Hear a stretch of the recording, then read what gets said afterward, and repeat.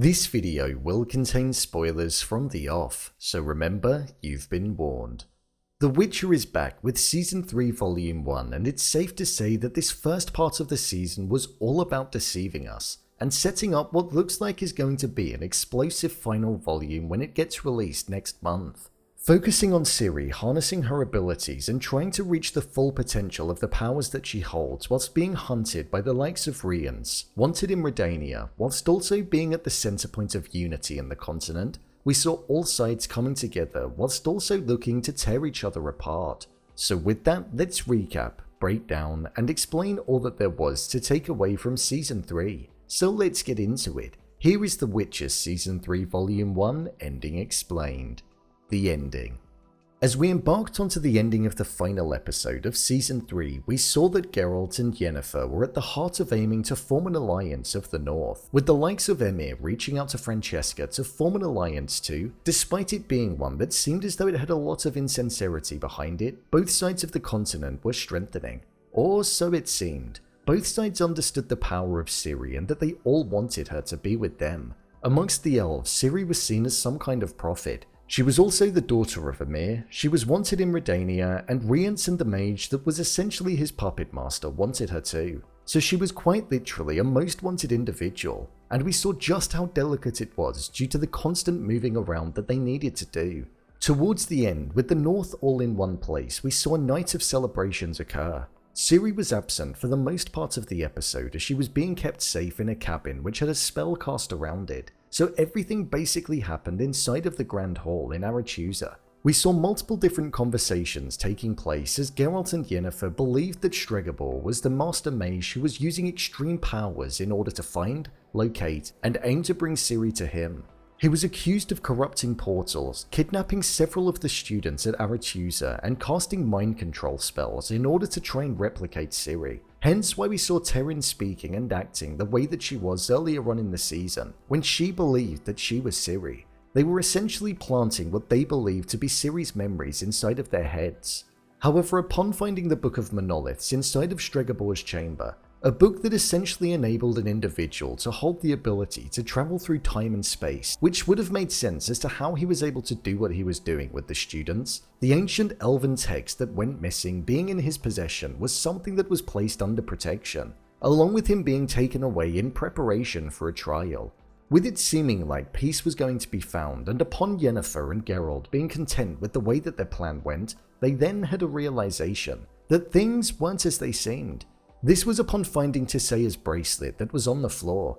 We should have known that something was up, as the music that was being played in the background for the most part of the final episode contained the lyrics "All is not as it seems," highlighting to us and literally telling us that what had happened was not what we should have believed. The bracelet was made from scarlet ammonite, which is something that Geralt noticed was the same thing that made up Lydia's earrings. An individual who was terribly wounded, and her face was an illusion because of it. She also didn't speak and could only communicate telepathically, which tied into something that Teryn said in episode 2 of the show, the lady with the funny voice, which meant that she could have seen Lydia when she was trapped.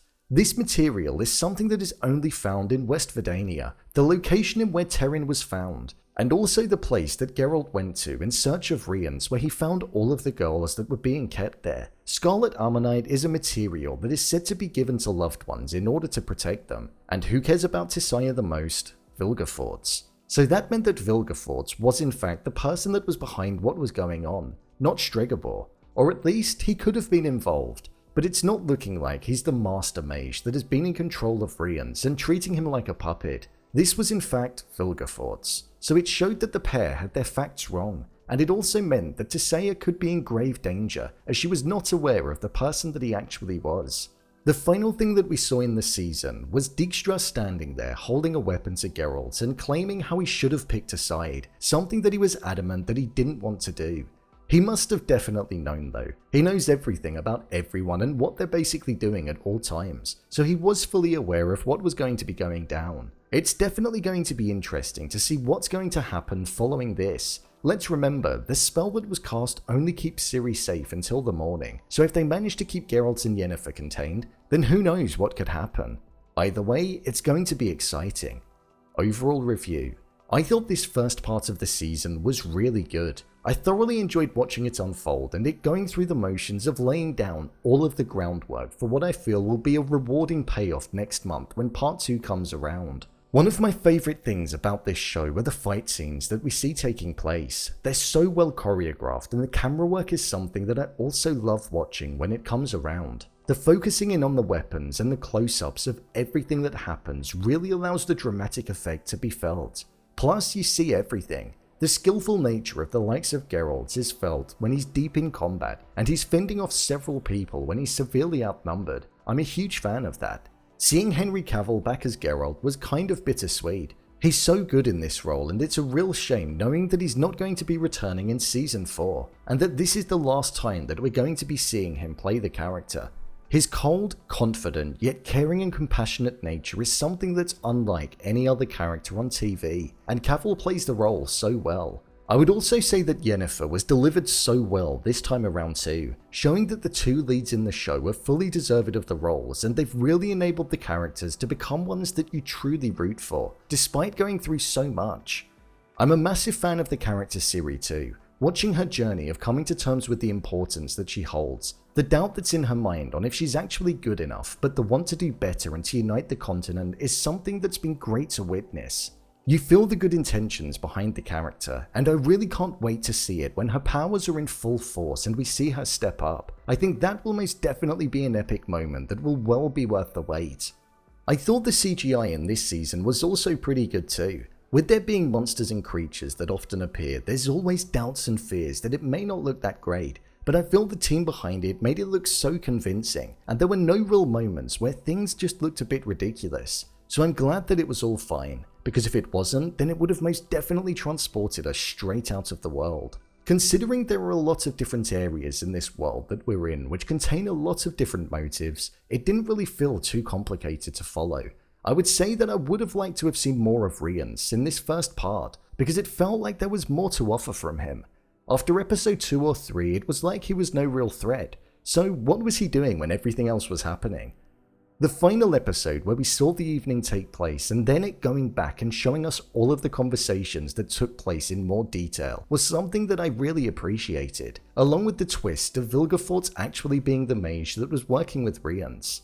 I'm really looking forward to seeing how this next part of Season 3 is going to go down. I imagine it's also going to have around 5 episodes, so there's going to be plenty more for us to look forward to. So, there you have it. The Witcher Season 3 Volume 1 Ending Explained. If you want to see more videos such as Endings Explained, theories and predictions and character breakdowns, then click on the I button, or alternatively you can head over to my channel where you'll find them all. If you'd like to give me a show or movie that you'd like me to review, then head over to my Twitter, @BrainPilot_, and tweet me what show or movie you'd like me to review next. And finally, if you'd like to see what I rate the latest movies that don't quite make the cut to getting a dedicated video, then head over to my Letterboxd profile. It's where I rate the latest releases in real time. What did you think of Season 3 Part 1? Leave a comment down below, and don't forget to subscribe. I'll see you next time.